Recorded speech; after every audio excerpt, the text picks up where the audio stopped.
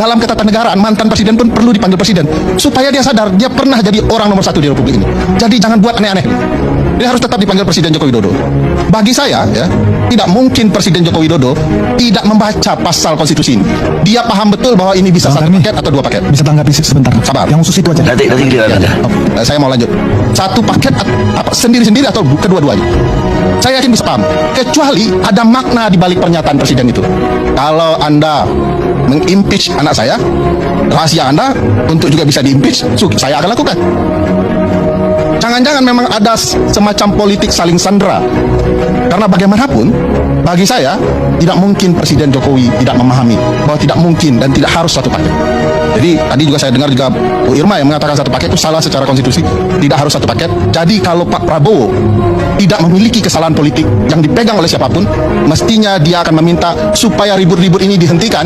Dan mari kita buktikan, impeach dia, gugat apa alat bukti yang Anda punya dan apa alat bukti yang dimiliki oleh Mas Gibran. Supaya 4 tahun ke depan tidak ada lagi keributan. Mari kita melaksanakan negara dengan baik-baik saja.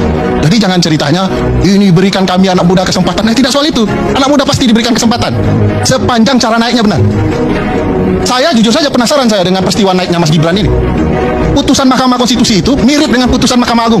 60-60. Ya. Mekanisme 2 anak presiden yang sebelumnya tidak memenuhi syarat, agar bisa memenuhi syarat maju menjadi wakil presiden dan calon kepala daerah, digunakan peradilan. 1 Mahkamah Konstitusi, 1 Mahkamah Agung. Diajukan oleh partai-partai kecil pendukung kelompok yang sama. Tiba-tiba keluar putusan yang sama. Yang awalnya tidak punya hak, tidak punya kesempatan, direkayasa di dalam putusan MK jadi memenuhi hak. Di Mahkamah Agung juga begitu. Awalnya tidak punya kesempatan, menjadi punya kesempatan. Lalu diperbaiki oleh putusan MK. Ya. Apa kita tidak penasaran? Kenapa modusnya sama? Untuk 2 anak orang presiden. Khusus untuk wakil presiden, di dalam peradilan, ada Paman Anwar Usman di dalam.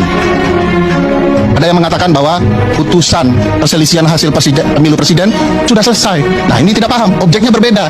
Sekarang kita tidak bicara perselisihan hasil pemilu presiden. Kita bicara objek lain. Apakah dalam berbagai proses politik ada permainan peran-peran tertentu yang dulunya tidak bisa dibongkar ketika pemilu, sekarang ada petunjuk-petunjuk baru untuk membongkar keterlibatan orang-orang tertentu, termasuk sang paman. Bagi saya ini perlu diungkap satu persatu. Kenapa ketika persidangan, ya, pemohon mencabut permohonan, tiba-tiba didaftarkan lagi, dan permohonan inilah yang diterima, sementara permohonan lain ditolak. Dan orang ini menyatakan di dalam permohonannya dia adalah fans berat Mas Gibran. Tanpa Mas Gibran di Solo tidak ada pembangunan ekonomi. Ini kesempatan baik bagi Indonesia mendapatkan wakil presiden atau presiden Mas Gibran. Yang uniknya lagi, setelah proses itu terjadi, pemohon yang sama menyatakan bahwa dia akan menggugat Mas Gibran secara perdata. Secara perdata artinya, Kang Karni jago juga soal ini, ada kesepakatan keperdataan yang dirusak ketika itu. Sehingga dia ingin menggugat. Apa kesepakatannya? Bapak-bapak, ibu-ibu penasaran tidak? Saya penasaran. Terserah ibu bapak sekalian tidak penasaran, saya penasaran. Ada apa? Apa misterinya? Tiba-tiba berbagai kejadian ajaib terjadi menjelang pemilu. Perlu diketahui ibu bapak sekalian, putusan MK yang barusan yang mengubah sistem pemilu kita jadi pemilu nasional dan pemilu lokal itu terjadi 4 tahun lebih menjelang pemilu. Prinsip apa yang digunakan MK memutus jauh-jauh hari? Dikenal dengan prinsip parsel. Parsel ini nama orang, bukan parsel untuk hakim, ya. Parsel itu dilarang, ya, dalam perkara ini. Peradilan dilarang mengubah aturan main pemilu menjelang proses tahapan berlangsung. MK bilang ini prinsip parsel. Nah, MK lupa kemarin dia mengubah sistem pemilu, terutama syarat untuk mencalonkan dalam pemilu presiden dan wakil presiden di saat tahapan berlangsung. Kenapa MK mengingat? Oke teman-teman, kembali lagi bersama saya di channel ini. Kita sudah melihat sebuah cuplikan video. Mari kita melihat tanggapan-tanggapan netizen di bawah ini. Citra bangsa dan negara, pemazulan Gibran wajib dilakukan wapres yang tidak ada gunanya tanpa kualitas apapun. Sepakat Jokowi. Oh, saling menyandera lah wong maling masa teriak maling. Wapres Gibran produk Jokowi karbitan tidak layak, harus diganti ijazah, harus ditunjukkan. Inilah Gibran dipaksa bapaknya, banyak kecurangan. Jokowi gila kekuasaan, MK KPU Gibran melanggar konstitusi, segeralah Gibran mundur. Indonesia tidak kurang anak muda yang cerdas dan mengerti, tapi saya anak kelulu yang dijadikan wapres. Ya Allah, selamatkan bangsa ini dari pemimpin bodoh dan penuh kepalsuan. Sejak dulu tidak pernah ada satu paket presiden dan wakil presiden. Jika yang salah presiden yang diperhatikannya presiden, jika yang salah atau tidak sesuai hukum, ya wapres yang dipecat. Hancuran NKRI kalau Gibran dipaksakan jadi wapres. Lagian milik seluruh rakyat Indonesia NKRI, bukan milik orang tua Gibran. NKRI, paham? Kalau mantannya satu paket dicopot, itu juga lebih bagus copot saja.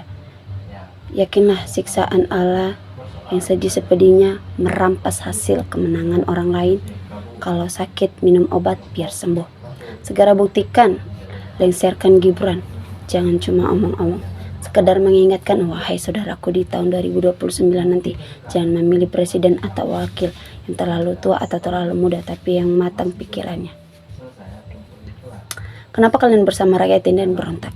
Kan aneh orang Indonesia. Oh, aku juga orang Indonesia.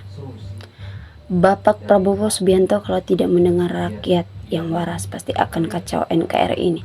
Karena Gibran anak konstitusi, ganti Gibran. Kalau mau aman, Bapak Prabowo Subianto tetap presiden kita sampai tahun 2025, 29 atau tahun 2035.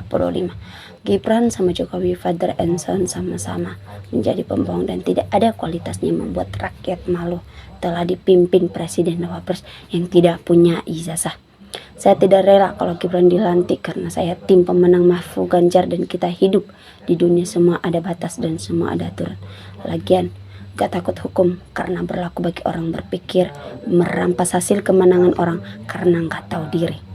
Pasti ada saling sandra. Wes gak usah ada hukum-hukum, tapi diakui saja kalau salah ya salah, kalau benar ya benar. DPR RI-nya bagaimana dapat wapres sangat pintar. Kapan lagi, jangan ditunggu lagi, mazulkan karena itu penipuan terhadap rakyat. Lagian apa sih ancaman dari Joko Widodo? Nggak perlu Joko itu ditakuti, apa hebatnya Joko Widodo? Cuman bohong, korupsi, itu doang bisanya. Percepat penggantian wapres agar seimbang dan presidennya nggak pelongok-pelongok kayak kurang tidur. Jadilah pemimpin yang cerdas, yang nggak pelongok-pelongok harus diganti. Betul-betul waktunya Gibran. Jangan takut DPR dan presiden, tentara jangan takut. Wakwi jangan takut, rakyat dukung Prabowo. Cara sistem Orde Baru, bikin negara ini kembalikan secara Orba TNI sekarang. Melindungi bangsa ini sesuai reputasi UU TNI sekarang. Kan sudah terlaksana di DPR, sudah disahkan semua yang tidak perlu. Termasuk pemilihan umum direvisi. Untuk apa banyak partai-partai politik, termasuk biaya pemilu yang sangat besar untuk NKRI. Sistemnya yang harus dirubah. Jadi negara yang maju jangan negara ini dijadikan negara boneka. Semua orang harus melihat gimana cara pemimpin memimpin rakyatnya dengan benar. Sudah selayaknya pemimpin yang benar-benar bisa mengayomi masyarakat, bukan mencari pemimpin yang nyeleneh. Pak Presiden Prabowo cuman presiden mainan, bukan presiden asli. Rakyat ribut masalah ijazah aja nggak bisa diselesaikan. Makanya tangkap juga si Usman Anwar itu, biar dua mau bertanggung jawab dengan putusan yang dibuatnya. Kejahatan itu telah diatur sedemikian rupa. Padahal selama beberapa pelaksanaan pemilu tidak pernah ada yang merubah aturan tentang pendidikan dan batas umur tentang persyaratan untuk menjadi presiden dan wakil presiden. Baru di era Jokowi aturan tadi dirubah hanya untuk kepentingan anaknya supaya bisa ikut pemilihan. Cuman ngomong siang, sudah lama berita ini. Kok belum juga mundur? Pelongok-pelongok mau jadi presiden, lihatlah bapaknya manusia durhaka. Negara hukumnya sudah diacak-acak dan dilanjutkan oleh anaknya. Relakan NKRI ini bubar. Jujur, NKRI sekarang tidak baik-baik saja. Dikuasai orang-orang yang egois, undang-undang dirubah demi kelompok atau keluarga. Semoga NKRI ini bisa selamat. Pak Prabowo harus menjadi dirinya sendiri. Jangan ragu dengan Jokowi. Rakyat mendukung. Mantap bang. Dan kepada para pendukung, relawan dan penasihat hukum supaya sadar dan kembali pada kebenaran, karena negeri ini didirikan oleh darah dan jasad para pahlawan yang ikhlas berjuang demi anak cucu nanti, bukan oleh pengkhianat atau keserakahan. Hukum mati Jokowi dan anteknya. Tidak mengeluarkan uang banyak oleh negara, apalagi soal sogok menyogok, mau duduk di pemerintah, di parlemen, di DPR, namanya menghambur-hamburkan uang, sedangkan rakyat menegak ke bawah hidupnya sangat memperhatikan kembali sistem Orba. Ya. Teman-teman, kita sudah melihat sebuah cuplikan video di bawah ini. Mari kita saling bertukar pikiran, saling berkomentar di bawah ini. Salam NKRI, harga mati.